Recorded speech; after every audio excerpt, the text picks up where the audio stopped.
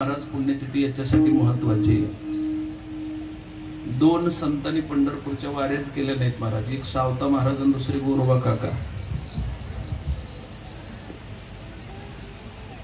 कारण देवालाच त्यांच्या संगतीची अपेक्षा होती. ते भगवंताच्या कधी संगतीची अपेक्षा करीत नव्हते. सावता महाराजाला म्हणायचं तुम्ही कधीतरी जात जा ना पंढरपूरला. सावता महाराजांनी सांगायचं एवढ्या शेतीची जमिनाची सगळ्या व्यवहाराची जिम्मेदारी त्यानं माझ्यावर टाकली. आपल्या कर्मामध्ये भगवंताचं स्वरूप पाहणार आहे. आणि मनुष्याला परमार्थ करीत असताना आपलं जे वाट्याला आलेलं आहे ते कर्म सोडून दुसरं कर्म करणं याला काही परमार्थ म्हणत नाही बरं का. कर्म नेवाधिकार असते माफलेशु कदाचन मा कर्मफल हे तुर्भो माते संगोस्त कर्मणी. कीर्तनाला सप्ताहामध्ये भजनामध्ये कीर्तनामध्ये अन्नदानामध्ये महाराज प्रत्येकाने एकच कर्म करावं ह्याला काही परमार्थ म्हणत नाही. फक्त आपल्या वाट्याला जे आलंय ना ते कर्म इमानदारीनं करणं हे परमार्थाचंच लक्षण आहे. संत महात्मे त्यांच्या त्यांच्या कर्मामध्ये भगवंताला मानतात. ते कर्म भगवत स्वरूप म्हणून करतात. हेच भगवंताची सगळ्यात मोठी साधन आहे. पण त्या कर्माशी एवढे कटिबद्ध आहेत. पायाखाली येऊन एकुलत एक लेकरू मेलं तरी महाराज भान नाही. पत्नी आली, इकडं तिकडं बघितलं मुलगा दिसत नाही. पायाकडे बघितलं की रक्त दिसलं. 100% असं वाटलं की यानं पायाखाली लेकरू मारलं आमचं तुडवून माझं. कारण इतका विरक्त संसारामध्ये मोठ्यानं हंबरडा फोडला. आणि ज्याच्या भजनानं महाराज एवढं सगळं प्रपंचाचं नुकसान झालं त्या पांडुरंगाला शिव्या द्यायला चालू केलं. राग आला. किती विरक्त असावा महात्मा. स्वतःची संतती पायाखाली तुडवून पांडुरंगाच्या भजनात मेले महाराज तरी सुद्धा देहावर नाही. हे संत महात्म्याचं लक्षण आहे. म्हणून देवाच्या संगतीत गेल्यानंतर तरी काही विषयाचं स्मरण राहील. पण संताच्या संगतीत गेल्यानंतर सगळ्या विषयाचं महाराज विस्मय प्राप्त होतो. ही संत महात्म्याची संगत आहे. बेठाला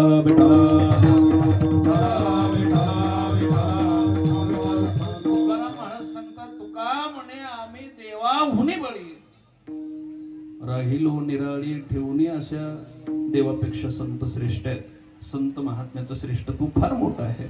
म्हणून भगवंताचं दर्शन झालं तर त्याला धन्य कधी म्हटलं नाही. पण ज्या दिवशी संताची संगत भेट झालं त्याला धन्य म्हणतात. महाराज तेच वर्णन करतात. आजच्या दिवशी संत महात्म्याचं दर्शन झालं, भेट झाली आणि संत महात्म्याच्या संगानं प्रसादाची प्राप्ती झाली. अभंगाचं देवाचा देवा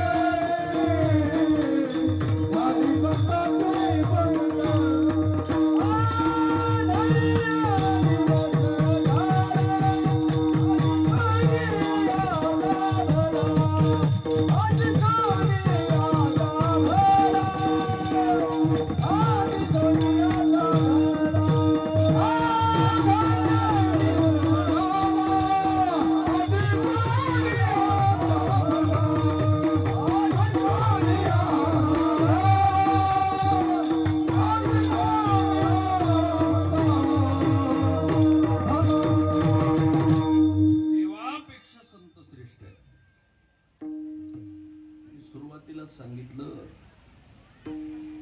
देवाची सुद्धा ओळख संताच्या संगणच होती महाराज. संत संगती न प्राप्त झालेल्या माणसाला खऱ्या देवाची ओळख होत नाही.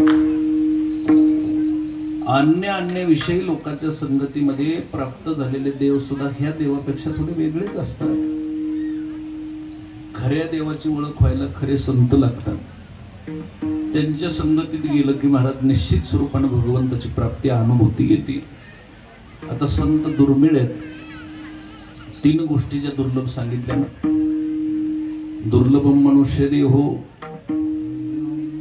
देहिनाम क्षणभंगुर तत्रापि दुर्लभम मन्यो वैकुंठम प्रिय दर्शनम. पहिलं माणसाचं शरीर दुर्लभ, दुसरं मोक्षाचं ज्ञान दुर्लभ, आणि तिसरं महापुरुषाची भेट सगळ्यात दुर्लभ महाराज. एखाद्या वेळेस माणूस होता येईल, सहज शक्य आहे. मोक्षाचं ज्ञानही मिळवता येईल, सहज शक्य आहे. भगवंताची प्राप्ती करून घेता येईल, शक्य आहे. पण संत महात्म्याची भेट त्याच्यापेक्षा कठीण आहे. एखाद्या वेळेस भेट होईल, पण झाली भेट तरी हे संत आहेत म्हणून माणसाला बराचसा वेळेस कळत नाही महाराज. ती दृष्टी नाही. नुसती संत भेट महत्वाची नाही, भेटलेल्या संताचं महत्व कळणं महत्वाचं आहे. आता बराचसा वेळेस भेटला परिंदाचं सोनं करतो हे सामर्थ्य जर महाराज माहित नसेल ना, तर अशी परीक्षाची थैली जरी सापडली तरी मनुष्याला सोनं करून घेता येत नाही. विठाला विठाला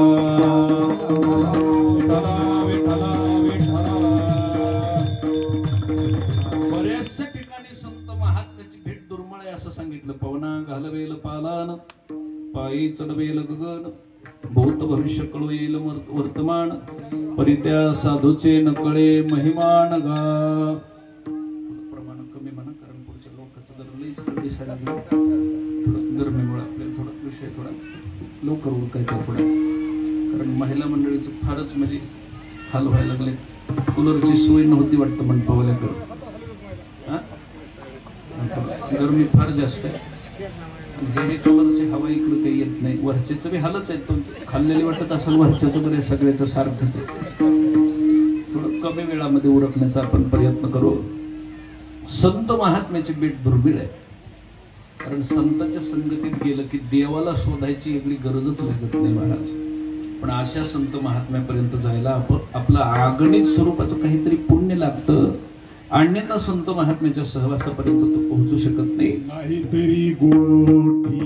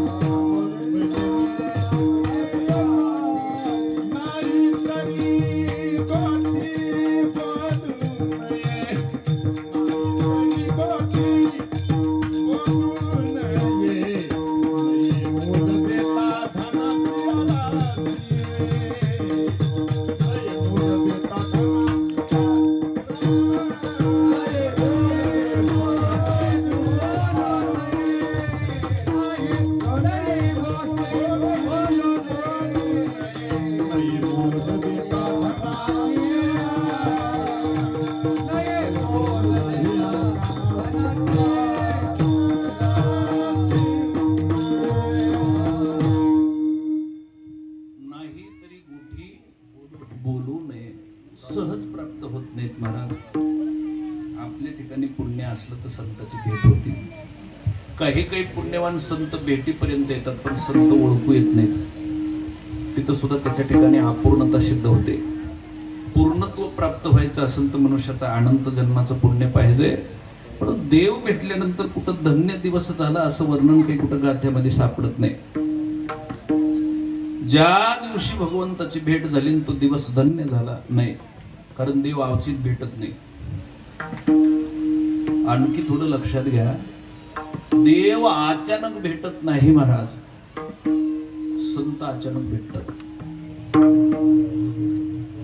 पुढच्या भक्ताच्या साधनेचा उद्धाराचा काळ आला की त्याच्या अंतःकरणाची जाणीव बघून संत अचानक भेटतात, आणि जे अचानक प्राप्त झालेलं आहे त्याचा आनंद थोडा जास्त असतो. किंवा देवा आणि भक्त तुझा नाही विचार, हरी तैसे हरीचे दास, भगवंतामध्ये जे सामर्थ्य आहे त्याच्यापेक्षाही जास्तीचं संतांमध्ये सामर्थ्य असं आपल्याला सांगता येईल. असे संत महात्मे ब्रह्म विष्णूपेक्षा श्रेष्ठ आहेत. म्हणून पहिला अपूर्व आमच्या जीवनात संत भेट झाली नव्हती, ही आमची अपूर्णता. आता आपण संत भेटीसाठी प्रत्येक जण तळमळलेले, पण होत नाही. महाराज तुम्ही म्हणताल कशी होत नाही? माणसाच्या जवळ जर पैसे असले तर सगळे आळंदी आणता येईल, पण ते महाराजच असतात, संत नाही. आमंत्रण देऊन पत्रिका छापून तारीख घेऊन 10,000 रुपये ठरवून आणलेले महाराज असतात, संत नाही. कोण असतात? कीर्तनकार असतात, ते संत असू शकत नाही. कारण कीर्तनकारापेक्षा संताचं पद हे वेगळं आहे. संताला महाराज कीर्तनही करायची गरज लागत नाही.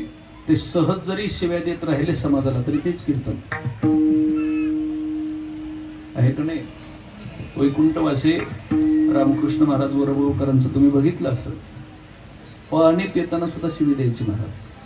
त्यांच्यानंतर अगोदर बरोबरचा समकालीन असेल गुरुवर्य निवर्ती महाराज वक्ते बाबा कुटुळे महाराजांनी माहित असं, जयराम बाबा भोसले, त्यांच्यापेक्षा आणखी इकडे संत श्रेष्ठ वामन भाऊ महाराज. अहो शिवी सोडता काही नाही, पण त्यांच्या शिव्यानं सुद्धा समाजाचा उद्धार झाला. आपण किती गुढीनं बोलायला लागलो तरी एखाद्यात सुद्धा फरक पडणार. म्हणून हे कीर्तनकार आहेत आणि ते संत आहे. त्यांच्या शिवेनं जे परिणाम होतो ना ते कीर्तनानं होत नाही. म्हणून आमंत्रण देऊन ते बोलवले जातात, अचानक नाही. पुढच्याचा अंतःकरण तपासायची परवानगी किंवा तपासायचं सामर्थ्य कीर्तनकारामध्ये नाही. कारण एखाद्या राजकारण्यानं 10,000 रुपये जास्त देऊन जर कीर्तन ठेवलं तर त्याचंच वर्णन 1 घंटाभर करतात. अंतःकरण तपासता येतं का? संत महात्मे अशा ठिकाणी याच्याला सात्विकता निर्माण होती की होती का नाही? आहार सात्विक आहे. सात्विक आहाराच्या ठिकाणी शांतीचं वास्तव आहे. संत महात्म्याचा आहार सात्विक आहे आणि सात्विक आहाराच्या ठिकाणी शांती उत्पन्न झाल्यानंतर त्याच्यातून ज्ञानाचा जन्म होतो. आणखी थोडं लक्षात घ्या. म्हणून आहार सात्विक आहे. संत महात्म्याच्या संगतीमध्ये काय झालं? महाराज म्हणतात संतांचे पंगती बरवे भोजन आणि गुती. भोजन करण्याचा योग आला. कल्पना करा, एवढ्या मोठ्या नगम्य ब्रह्म विष्णूपेक्षा श्रेष्ठ असणाऱ्या संत महात्म्याच्या पंगतीला बसून जेवायचा जर योग आला असेल तर हे सगळ्यात मोठं आमच्यासाठी एक दिव्यता आहे. त्याचं वर्णनच करता येत नाही वाणीनं. आशाच्या संगतीमध्ये जेवण्याचा योग आला, त्यांच्या पंगतीमध्ये बसण्याचा योग आला. बरवे भोजन निगुती. निगुती याचा अर्थ आहे सार. कसलं जेवण करण्याचा प्रयत्न म्हणजे संतांचे भोजन अमृतात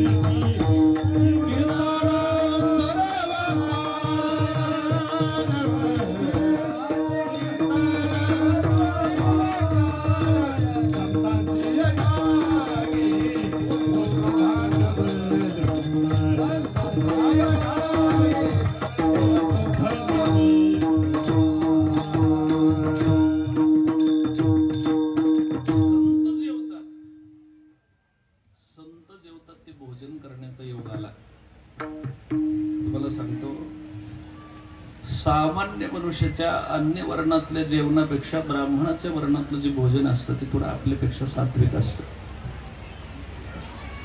तुम्ही कधी करून बघितलं असेल. कोटुळे महाराज बाकीच्या वर्णापेक्षा नाही बरं का,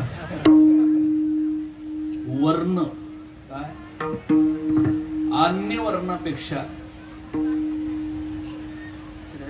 तुमचं काम तिकडच पडतंय वाटतं, अन्य वर्णापेक्षा ब्राह्मणाच्या वर्णातलं जेवण थोडं सात्विक असतं म्हणा. पण सामान्य मनुष्याला जर ब्राह्मणासारखा आपल्यासारख्याला जर खायला घातलं, आता काहीतरी पत्ते म्हणून एखाद्या वेळेस महाराज पत्ते पाळायचं म्हणून मीठ कमी खायचं, तिखट कमी खायचं, कांदा खायचा नाही, लसूण खायचा नाही, हे पत्ते परमार्थासाठी.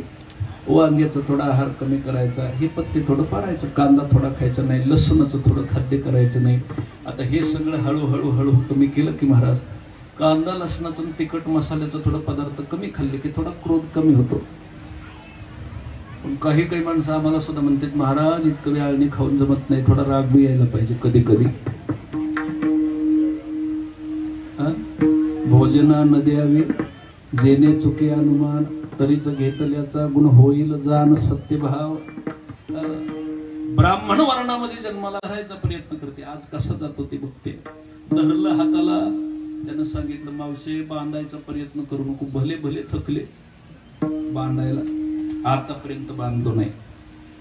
सोन्याचं मंदिर बांधलं तरी देव त्याच्यात बांधला जात नाही, हे लक्षात ठेवा. देवाला बांधायला आपली भजन कीर्तनाची अंतकरणाची साधना लागते. विठ्ठला विठ्ठला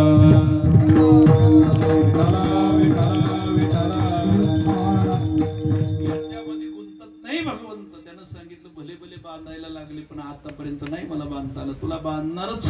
नेहलं महाराज त्या उकळाच्या जवळ बांधण्याचा प्रयत्न करायले.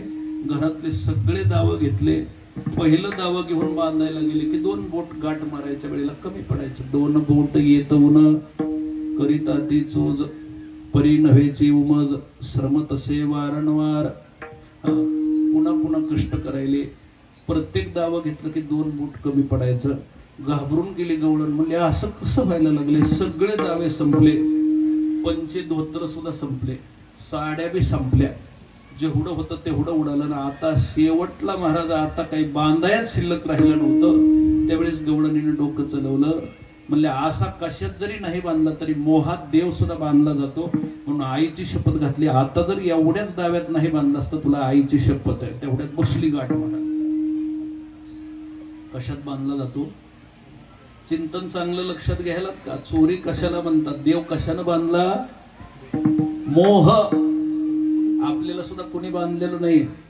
माणसं नुसते म्हणतात आम्ही घर सोडून जाऊ, पण घरच्या लोकांना माहिती, यांना शिव्या दिल्या, एखाद्या वेळेस मारहाण जरी केली तरी पारगाव काही सोडित नाही. कशात बांधलेले पोरं एखाद्या वेळेस सुना पोरं सांगते, अहो सारखंच जायचं जायचं जायचं म्हणतात, जाणं कुठं तरी जा की. का पुन्हा पुन्हा येता. पंढरपूरला गेला तर कळंबपर्यंत जाईल ह्याचा भरवसा नाही.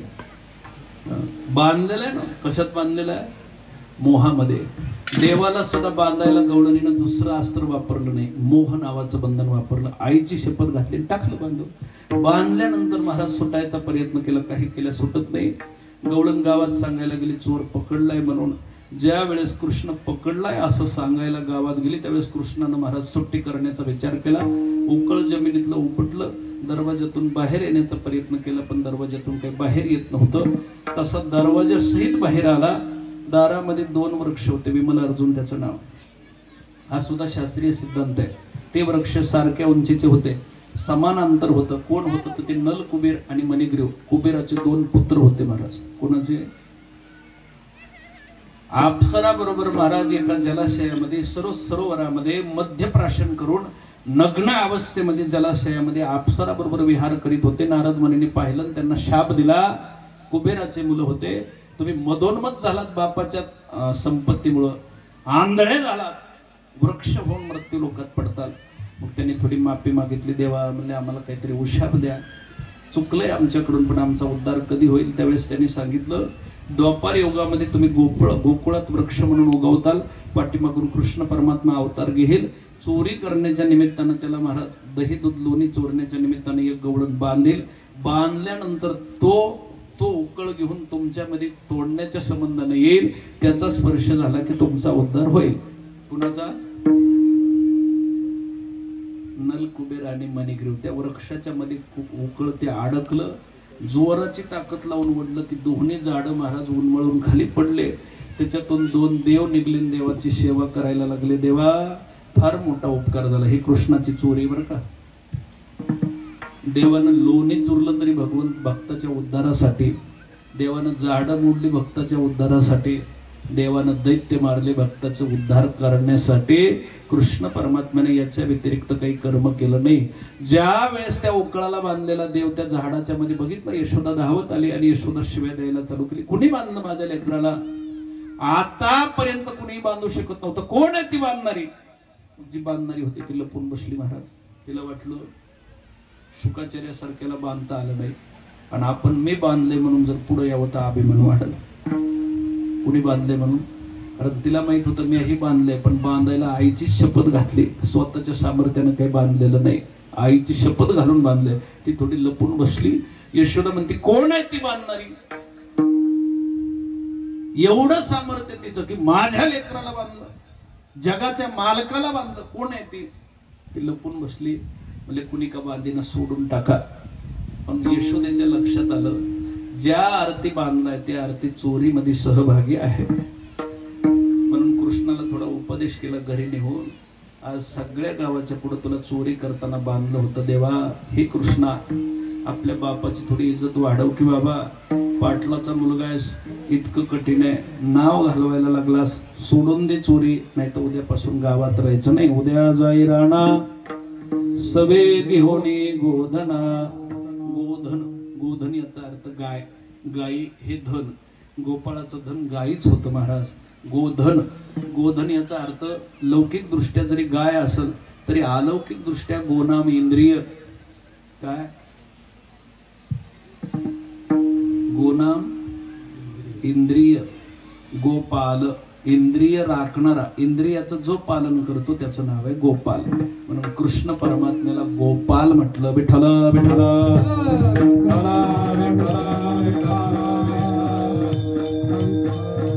सांगितलं देवा तुझ्या सेवेनं अनेकाचे इंद्रिय स्थिर होतात, आणि तुझे जर इंद्रिय भरकटलेले असतील तर कसं काय होणार आहे. म्हणून उद्यापासून तू रानात जा आणि इंद्रिय राख. मग गायी सोडल्या आणि राखायला गेला. मनेरी सारख्या, वासनेसारख्या गायी, तृष्णेसारख्या गायी महाराज कृष्ण परमात्म्यानं गोपाळाबरोबर राखल्या. गोपाळांनाही गायी राखू लागला. वळी वळत्या मागे गायी आली द्यावी डाई, वळी वळत्या मागे गायी. देवानं स्वतःच्या तर गायी सांभाळल्याच, पण स्वतःच्या सांभाळीत आपल्यासारखीचाही सांभाळून गेला. म्हणून तर काला करायचा असतो आपल्या गायी सांभाळाव्यात म्हणून. म्हणून आपणही त्या गोपालाकडे एक विनंती करायची की आमच्याही ज्या गायी भरकटलेल्या आहेत ना त्या देवा तुझ्या बरोबर आमच्याही सांभाळ. कारण आम्हाला गायी सांभाळणं शक्य नाही. बाकीच्या सांभाळल्या नाही तर सांभाळल्या तरी महाराज काही वाटत नाही, पण मनासारखी जी गाय आहे ना ते आपल्याला सहज शक्य नाही. म्हणून देवाला विनंती केली, देवा आमच्याही गायी सांभाळ. कारण खांदी भार पोटी भूक, काय खेळायाचे सुख. तुका म्हणे आता खेळ मोडावा परता. देवा आता खेळणं शक्य राहिलं नाही, आता प्रसादाची इच्छा झाली आहे. लवकरात लवकर हा प्रसाद आम्हाला तू प्राप्त करून द्यावास अशी मागणी गोपाळाने केली. सगळ्या गायी चरून पाणी पाजून एकत्रित बसवल्या आणि सगळ्या गोपाळांना आपल्या हातानं प्रसाद भगवंतानं दिला. तो काल्याचा योग आपल्या या पहाडी पारगाव नगरीमध्ये हनुमंतरायाच्या संबंधानं, गुरुबा काकाच्या संबंधानं, कळसाच्या संबंधानं आज या ठिकाणी आलेला आहे. काल्याच्या कीर्तनाची सेवा संपली असं मी जाहीर करतो. कारण काल्याचा प्रसाद प्राप्त होणं प्रत्येक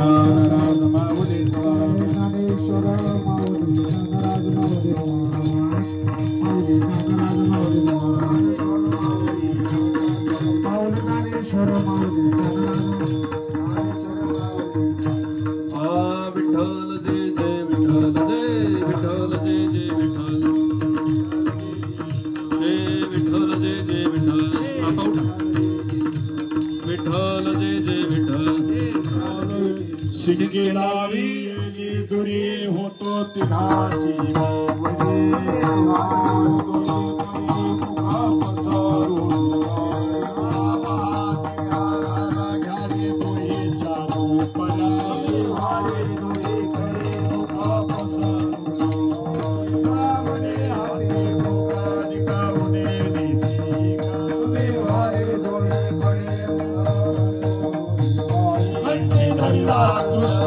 सावधाजने प्रचार एका वैष्णव एका वासुदेवा ब्रह्मादिका उत्तम लोका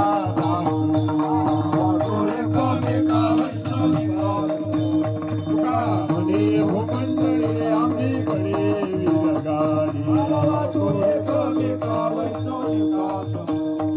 याची दान देगा देवा आरती आरती करायला कोणीतरी मंदिरात लावा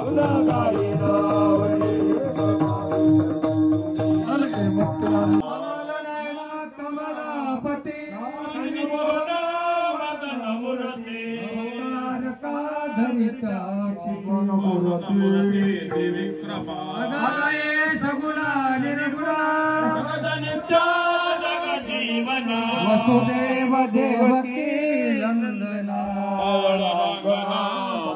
कृष्ण तुकाला लोटांगणी मग ठाव देवाजी चरणी तसे विनवणी अवमंदने सोडवावे सकळ देवाधी देवा पाळवाजी केशवा महानंदा महानुभवा शिवा सदा शिव सदरूपा पुंडलिका गोरोबा काका महाराज की मागणे ते तुझं प्रति आहे पायी पांडुरंगा या संतास निर्विहीची मदती कणक तुझे काही न मागू. तुका म्हणे आता उदार होई पडले पायी संतांच्या या संतास निर्वे हेची मदती आणि आणि तुझे काही न ज्ञानदेव तुकाराम ज्ञानदेव तुकाराम पाहिजे प्रसादाची वाट घ्यावे दोन्ही हातांचे झालो एक सवा तुम्हाला